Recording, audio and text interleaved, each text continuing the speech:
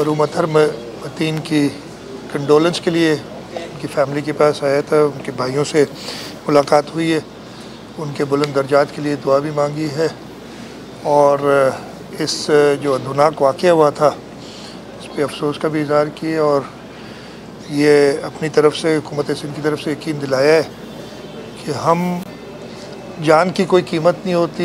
एक शख्स जिसकी फैमिली होगी जो उससे सबसे ज़्यादा सफ़र उन्होंने किया है, लेकिन उनके दुख में शरीक होने और उनके दुख को कम करने के जिस ज़ालिमों ने ये वाक़या किया है उसको करार वाकई सज़ा दी जाए, उसका इजहार करने और उसका यकीन दिलाने में फैमिली के पास आया है।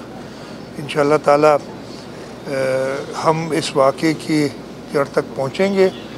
मैंने ये भी कहा है कि मरूम अतहर का खून जो है वो रायगा नहीं जाने देंगे और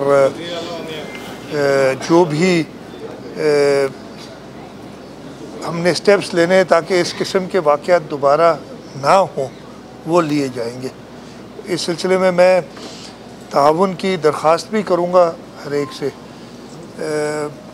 हमारे पास मुआशरे के अंदर या हमारे मुआशरे से ही लोग निकलते हैं, अच्छे बुरे किस्म के लोग हैं।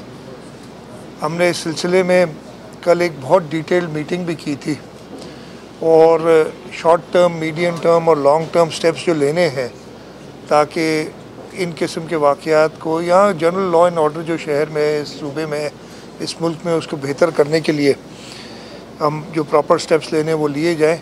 और मैं आपके तवस्सुत से हर एक से उसमें ताउन की दरख्वास्त भी करूँगा। अच्छा सर, ये बताइएगा, सिंध में मुख्तलिफ वाक़यात देखने के बाद ये पता चलता है, ऐसा तासुर मिलता है कि जैसे सिंध पुलिस को सिंध सरकार ने ग़ुलाम बनाया हुआ है और सिंध के अंदर और बिलखुसूस कराची में सियासी मुदाखलत भी की जाती है। कई SSPs जो है सियासी मुदाखलत से लगते हैं। दूसरा सवाल ये है कि कराची के अंदर जब बदअमनी की सूरत-ए-हाल थी तो रेंजर्स ने पुलिस के साथ मुश्तरका कार्रवाई करते हुए अमन की बहाली में अपना बहुत किरदार अदा किया है। तो रेंजर्स को भी वो इख्तियारात जिस तरह के वो उनकी जानिब से मांगे गए थे वो नहीं दिए जाते, तो ये भी कहा जा रहा है कि उन इख्तियारात की कम होने की वजह से और सिंध पुलिस में मुदाखलत की वजह से ऐसी सूरत-ए-हाल हुई है। मैं ये डिस्पेल करूँगा आपका जो परसेप्शन है। हो सकता है परसेप्शन और इम्प्रेशन हो, ऐसी कोई बात नहीं है। और अब तो कानून भी बना दिया है, जो हमारा लॉ है उसके अंदर भी सुप्रीम कोर्ट की, हाई कोर्ट की डिसीजन थी, उसके बाद सुप्रीम कोर्ट की डिसीजन थी और हमारे कानून में बड़ा क्लियर लिखा गया है। परसेप्शन अपनी जगह पे, सिंध अगेन मैं ऐसी जगह पे आया हूँ, कोई और चीज़ नहीं कहना चाहूँगा। सिंध पुलिस को हमने कभी इस्तेमाल नहीं किया अपने मुखालिफों को क्रश करने के लिए। आपने इसी शहर में देखा, एक जमात ने 28 दिन धरना किया, दूसरी जमात ने 6-7 दिन धरना किया। हाँ, एक मसला हुआ था और वो अगेन इशू PSL की वजह से एक आ गया था और उस पर मैंने उसी वक्त भी माजरत की थी कि इस तरीके से एक्शन नहीं लेना चाहिए था। तो हम कभी ये काम नहीं करते, तो सिंध हुकूमत क्यों चाहेगी? किस वजह से मैं चाहूँगा कि मुझे ऐसे जगहों पे जाना पड़े और ऐसे वाक़यात जो कि दिल दहला देते हैं वो हों? तो ये परसेप्शन गलत है, ऐसा नहीं है।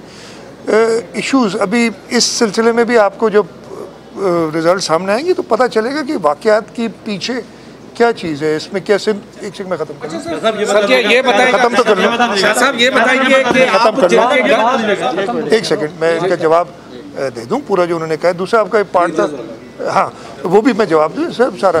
तो ऐसा परसेप्शन गलत है और इंशाअल्लाह ताला हम तो और स्ट्रेंथन करने के लिए, उनकी कैपेसिटी बढ़ाने के लिए हम कोशिश करें। बाकी रेंजर्स ने कोई ऐसे इख्तियारात और मांगे नहीं है। हमारा रेंजर्स के साथ बढ़ा और इस शहर के अमन व अमान को बहाल करने में हमारी, ये शहर वही शहर है जहाँ हम खड़े हैं जो आज से 7-8 साल पहले छठा सबसे ख़तरनाक शहर दुनिया का कहा जाता था। इस वक्त उसका नंबर 120 है, 100 मुझे लेटेस्ट नहीं पता, 120 से ऊपर है। ये करंट एक सिनेरियो पैदा हुआ है स्ट्रीट क्राइम का जो कि बिल्कुल जो है तशवीशनाक है और उस पर हमने स्टेप्स लेने चाहिए। लेकिन कोई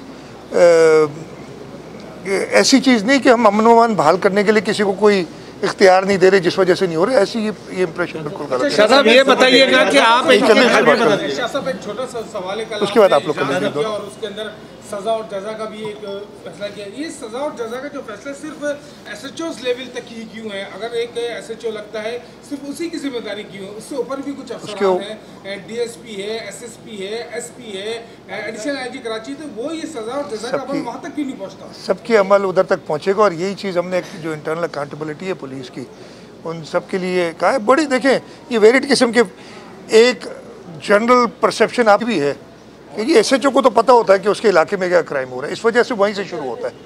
लेकिन मैं ख़त्म कर लूँ ना, मैं ख़त्म कर लूँ अगेन, मैं ख़त्म कर लूँ और उसी सिलसिले में कल एडिशनल IG साहब ने अपनी अकाउंटेबिलिटी के लिए भी एक फार्मूला दिया है, एक तरीक़ाकार दिया है जो उधर से शुरू होता है और नीचे SHO तक या इवन सिपाही तक जाता है, जो चौकी इंचार्ज है उन तक जाता है कि कैसे असेस करेंगे, हम उसको फॉलो करेंगे। तो ऐसा कोई नहीं है कि सज़ा से या जजा से कोई भी आउट होगा। और ये ऐसे एक्सट्रीम टाइम्स है कि जिन्हें हमें, और मैंने ऊपर बात भी की थी जब हम बैठे थे कि कुछ ऐसे भी फैसले हैं जो कि चाहे मुझे पसंद ना हो इस वक्त करने के लिए, और इसमें कोई सियासी बात नहीं है, इसमें ज़्यादा दूसरे एलिमेंट्स हैं, आप लोग समझते हैं कोई सियासी बात होगी, उनको भी हमें लेना पड़ेगा ताकि हालात बेहतर हो। सिर्फ साहब ये बताएं कि ये आए बाएं के सवाल छोड़ें, जिनके घर पर आप आए हैं, जिनका नुकसान हुआ है, उनसे जो आपकी बातचीत हुई है उसके नुकसान को तो एक तो अल्लाह से ही पूरा कर सकता है, वो बंदा नहीं आ सकता, बाकी सिंध हुकूमत इनके लिए क्या करे। दूसरी बात ये कि इस सवाल में रिपीट करूँगा कि जिनके घर पे आए उनके भाई के कातलों तक ये इतलात है कि पुलिस पहुँच गई, आप डिटेल ना बताएं मगर ये तो कुछ आसरा तो थे। मैं सबसे पहले तो इधर आया था उनका दुख बांटने, कंडोलेंस करने के साथ। इंशाल्लाह ताला सिंध हुकूमत इस केस में भी और हर केस में जो भी रियासत के तौर पे, रियासती एक सतून के तौर पे जो हमारा फ़र्ज़ है वो पूरा करेगी। उसकी डिटेल्स में जाना या कोई फ़ायदा नहीं है। जो आपने दूसरा सवाल किया, यस प्रोग्रेस हुई है, लेकिन जब तक हम तय तक पहुंच ना जाए हमको कोई बात करना मुनासिब नहीं है। अभी कुछ दिन पहले शेख रशीद ने प्रेस कॉन्फ्रेंस किया, उन्होंने कहा है कि मुराद अली शाह अगर चाहें तो हम थानों में भी रेंजर्स बिठाने को तैयार हैं क्योंकि कराची में अमन अमान और की सूरत हाल ख़राब है। इस पर सिंध हुकूमत का क्या मौक़िफ़ है? और दूसरी सर बात यह है कि 5 दिन हो गए अदर भाई के कातिल नहीं पकड़े गए, मुख्तलिफ आपके लोग ये दावा करते हैं कि हम पहुँच गए, ये हो गया, लेकिन अब तक कब तक आप पकड़ेंगे कातिलों? मेरी बात सुनिए, दोनों सवालों का जवाब देता हूँ। शेख रशीद साहब ने मुझसे कोई ऐसी बात नहीं कि मुझे नहीं पता, मीडिया की प्रेस कॉन्फ्रेंस के जरिए हुकूमतें नहीं चलती हैं। अनफॉर्चुनेटली ये तरीक़ाकार हो गया, लेकिन इस तरीके से हुकूमतें नहीं चलती हैं कि मीडिया की प्रेस कॉन्फ्रेंसेस हों और उसमें ये बातें हों। अगर मैं और इससे ज़्यादा नहीं कहूँगा। दूसरा अगेन देखिए, ये कहना कि 5 दिन, ये तो सबसे ज़्यादा तो इनके दिल पे गुजर रही होगी ना, इनकी फैमिली के दिल पे गुजर रही होगी कि जिन्होंने ये जुल्म किए वो आज़ाद हैं। हम सब उसमें इनका दुख बांटने के लिए इधर आए। हमारी पूरी कोशिश है, कोई टाइम फ्रेम में दे दूं कि जी अगर मुझे पता हो कि जी फलाने ने किया है तो मैं टाइम, यानी यहाँ किया है और यहाँ बैठा है तो मैं टाइम फ्रेम दूंगा, तो भाई मैं टाइम फ्रेम इंशाल्लाह ताला इसकी देर तक पहुँच जाएंगे। आखिरी सवाल कर सेफ सिटी प्रोजेक्ट में जो कैमरों का टेंडर है वो किस कंपनी को दिया जा रहा है? क्योंकि एक बात है कि वो एक इसके बारे में बता दें। दूसरी बात ये कि एक पहले ये हुआ था, तय हुआ था कि जो क्रिमिनल, स्ट्रीट क्रिमिनल पकड़े जाएंगे उनकी तस्वीर बाकायदा शाया की जाएगी, जो कि नहीं हो पाया। तो कोई कानूनी लिखोना है क्या? मैं दोनों चीज़ें देखें, सेफ सिटी का ठेका मुझे नहीं पता किसको दिया जा रहा है, अभी तक ठेके तक पहुँचे नहीं, अभी तो RFP फ्लोट होनी, फाइनलाइज होना है। दूसरा वो लीगल हिचें ज़रूर होंगे। देखें एक इशू ये होता है, वकील साहब शायद खड़े हों, खड़े हों, ये तो अगर आप पहले से बता भी देते ना, पुलिस के साथ ये होता है कि अगर आप पहले से बता देते फिर शनाख्त के अंदर कहते ये तो टीवी पे आ गया था, तो आप शनाख्त, ये लीगल इश्यूज़ हैं जिनकी वजह से वो केस वो उसके फ़ायदे में चला जाता है इन चीज़ों की वजह से। तो ये सारी चीज़ें देखते हुए देखिए, कल हमने जो डिस्कशंस की हैं उसमें कुछ रिपीट क्रिमिनल्स जो होते हैं उनको ट्रैक करने के लिए कोई सिस्टम बनाने के लिए हम शायद कानून साजी की तरफ जा रहे हैं। दूसरा, हम कोर्ट से भी दरख्वास्त करेंगे और उसमें अगर कानूनी कोई अमेंडमेंट्स करनी हुई कि रिपीट क्रिमिनल्स की बेल जो है वो ज़रा मुश्किल हो जाए या ना हो, ताकि वो फिर हमने SSPs, DIGs, SSPs, additional IG साहब के साथ ये सारे उनको भी पाबंद किया है कि अपने इलाकों में जो इस टाइप के लोग हैं, जो जिनकी निशानदेही हुई भी है, उनके ऊपर नज़र रखें और एक तरीक़ाकार रखें कि पता तो हो ना कि अगर मैं इस काम में इन्वॉल्व हूँ तो उस वक्त मैं कहाँ था जिस वक्त ये क्राइम हुआ। अगर मैं उसी विसिनिटी में था तो शक मेरे ऊपर जाता है बहुत बड़ा। तो इस टाइप की चीज़ें हम कर रहे हैं। आखिर ऐसी क्या वजह है, हिकमत अमली मुकम्मल तैयार होती रहती है, मुख्तलिफ टाइम पे लोग इस तरह शहीद होते हैं। अभी हमारे साथी शहीद हुए, मुतादिद पुलिस एहलकार शहीद हुए हैं, कांस्टेंट बेसिस पे CCTV वारदातों की आ रही है। तो क्या हिकमत अमली, क्या प्लानिंग का फ्लॉ है कि कामयाबी नहीं हो पा रहे? करते हैं आप, बिल्कुल एक्टिव होते हैं आप, एक्शन देखें, लेकिन रिजल्ट्स नहीं आ रहे। नहीं, रिजल्ट्स आए हैं। मैं एक कहूँगा एडिशनल IG को, होम डिपार्टमेंट को कहूँगा, जो ये स्ट्रीट क्राइम्स इतने हुए हैं, कितने डिटेक्ट हुए, कितने पकड़े गए, कहाँ तक पहुँचे, तो ऐसा नहीं कि रिजल्ट वो अनफॉर्चुनेटली एक भी नहीं होना चाहिए। इशू ये है कि होना नहीं चाहिए, उसकी डेटरेंस हमें प्रॉपर ट्रैक डाउन करना एक हद तक कामयाबी भी हुई है। गैंग्स भी पकड़े गए हैं जिनकी वजह से ये कहीं कमी भी आई है, उसकी वजह से फिर कहीं और उसके रीजंस जो है ना ये स्ट्रीट क्राइम के, मैं कहता हूँ तो लोग उसको दूसरी डायरेक्शन में ले जाते। मैं ब्लेम किसी के ऊपर नहीं डाला। इसकी जो वजूहात है उनको भी एड्रेस करना है। एक बहुत बड़ी वजह है ड्रग्स जो इस माशरे में फैल गए, और उसके लिए भी कल भी हमने एक फ़ैसला किया है।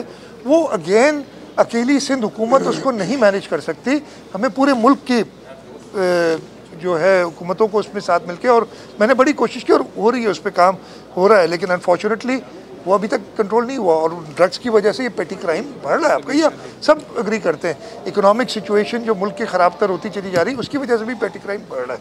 तो ये कहना कि कामयाबी क्या वजह नहीं हो रही, मेरा ख्याल है दुरुस्त नहीं है। परसेप्शंस अनफॉर्चुनेटली जो बनती है, मैं कल जो बात हुई थी, मैंने सारा पिछले 8-10 साल का हमने डेटा देखा। कई ऐसी बार जब जो नंबर्स हमें दिखाते हैं कि सिचुएशन ज़्यादा ख़राब है, हमारी परसेप्शन सही होती है। लेकिन कई बार ऐसा होता है कि नंबर्स बेहतर होते हैं लेकिन एक आध इंसिडेंट की वजह से परसेप्शन ख़राब हो जाती है। अब परसों या 2 दिन पहले का वाक़या जी, कुरंगी क्रॉसिंग से 100 लोग, वो कहाँ से नंबर आए मुझे नहीं पता, लेकिन मैं नहीं करूँगा ना रिफ्यूट में। आप कहेंगे कि जी वो 100 नहीं थे, चले 10 थे, लेकिन 10 भी नहीं होने चाहिए। लेकिन परसेप्शन बनाने में तो फिर आप लोग अनफॉर्चुनेटली इशू हो जाता है कि 100 लोग और सब कहेंगे, और फिर उस पर जो कमेंट्स आते हैं और वो सही आते हैं। जब आपको मुझे कोई एक ऐसी, मैं अगेन उस कानून की तरफ नहीं जा रहा जो अभी नया आ गया, इसलिए कि फिर वो तो उस खिलाफ से एक्शन भी लेना होगा, कि एक फेक न्यूज़ देता है तो उस पर जो देखने वाला है वो तो आप पे मुझ पे यकीन करता है ना कि यार ये सही खबर दे रहा होगा, और वो फिर कमेंट्स देता है, फिर वो और मल्टीप्लाई होते हैं सोशल मीडिया के ज़रिए, और वो लोग समझते हैं कि ये सब सच है। तो अगेन मैं कह रहा हूँ कि परसेप्शन ज़रूर आपका तरफ से हो सकता है, लेकिन कोशिशें हुई हैं, बहुत एक लार्ज नंबर है, एक हम एनालिसिस भी करके दे देंगे ये पकड़े गए हैं। और ये देखिए सारे जी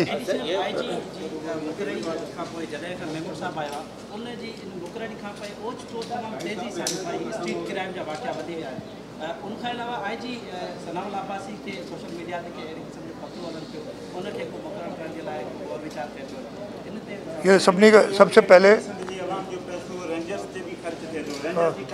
अच्छा मेरी बात सुने, अरे DG साहब भी कल मीटिंग में तहाँ के ॿुधाए कोन पुछंदुसि न, प्रॉब्लम इहो आहे त तव्हां चओ था त ऐं कैमरे जे साम्हूं जेको कमु कये पोइ मुल्क में कोन हलंदो। खैर वो उनखे छॾियो। सबसे पहले आपने कहा स्ट्रीट क्राइम पिछले, आपने तो नंबर्स दिए हैं, पिछले 1.5 महीने वो आप ही के नंबर्स हैं जो आपने कहीं से लिए हैं, 11,000 पता नहीं कितने हुए 1.5 महीने। तो गुलाम साहब तो अभी आए, एक ट्रेंड शुरू हुआ है जिसकी वजह से हमने वो चेंजेस भी किए और इंशाल्लाह ताला इसमें बेहतरी लाएंगे।